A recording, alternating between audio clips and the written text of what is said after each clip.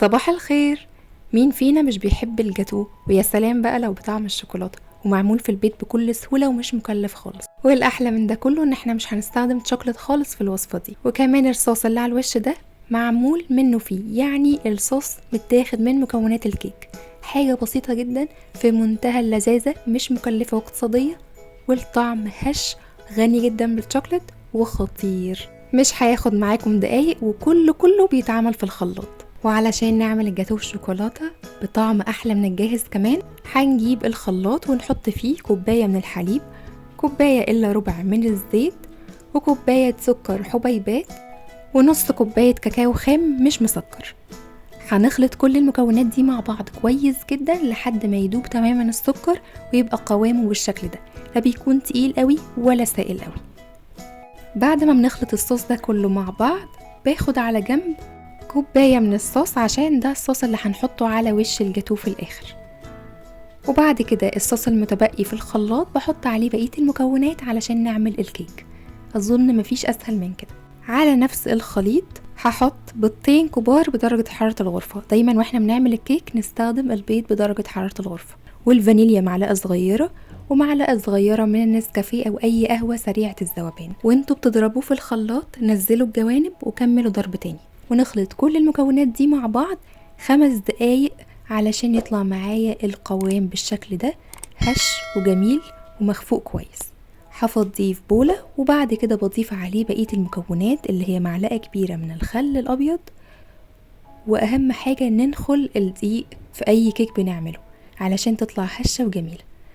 وحطيت كوباية وربع من الدقيق، وبعد كده بضيف عليه معلقة كبيرة من البيكنج باودر، واخلط كل الحاجات دي بالويسك. مش بستخدم المضرب الكهرباء بعد ما بحط الدقيق عشان ما يطلعش مكتوم، الكيك تطلع هشة وجميلة. بنخلط كله في اتجاه واحد بالشكل ده لحد ما الدقيق يختفي تماما في الخليط. ما كترش الخلط خالص، اول ما الدقيق يختفي كده الكيك بقى جاهز معانا. كل المكونات هتلاقوها مكتوبة تحت الفيديو في الديسكريبشن بوكس عشان تسهل عليكم. كده الكيك بقى جاهز معانا. هندخله في صينية يا مستطيلة يا مربعة المتوفر عندكم، علشان يطلع شكل الجاتوه متقطع كده شبه الجاهز. انا حطيته في صينية بايركس مقاس 20 في 30 سنتي، وهدهنها بمسحة بسيطة من الزيت زي ما انتم شايفين. وبعد كده بحط عليه الخليط بتاع الكيك. طبعا خليط الكيك بيكون مش محصل النص عشان لسه هيرتفع، وهنحط كمان طبقتين تانيين عليه. هنسويه وندخله الفرن على درجة حرارة 180 رف وسط من 25 ل 30 دقيقة على حسب الفرن بتاعكم بيسوي الكيك في قد ايه. وعلشان نعمل الطبقة التانية من الجاتوه الخطير بتاعنا، هنحتاج كوباية حليب متلج ساقع جدا، عليها كوباية كريم شانتيه مش مسكر خام.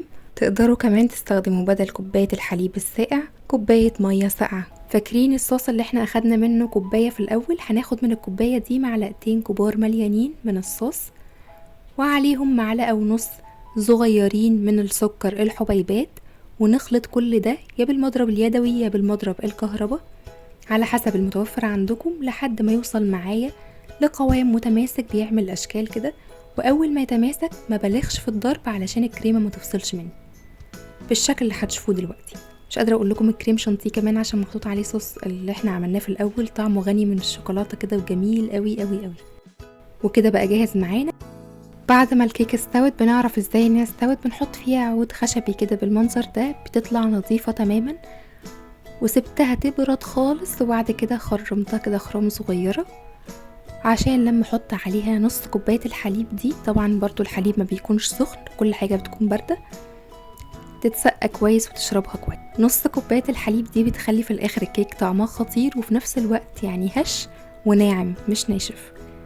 بعد ما اتشربت الحليب كويس، باخد الكريم شانتيه اللي احنا عملناه وبشيل منه كده كام معلقه على جنب عشان هزين بيهم، وبقيه الكميه بفردها على الكيك بالشكل ده، واسويها كويس على قد ما اقدر علشان يطلع في الاخر الجاتوه شكله ناعم وجميل. بسيبه ساعة كده في التلاجة علشان يتماسك، وبعد كده بنزل عليه الصوص علشان ما يدخلوش في بعض وانا بفرد الصوص عليه.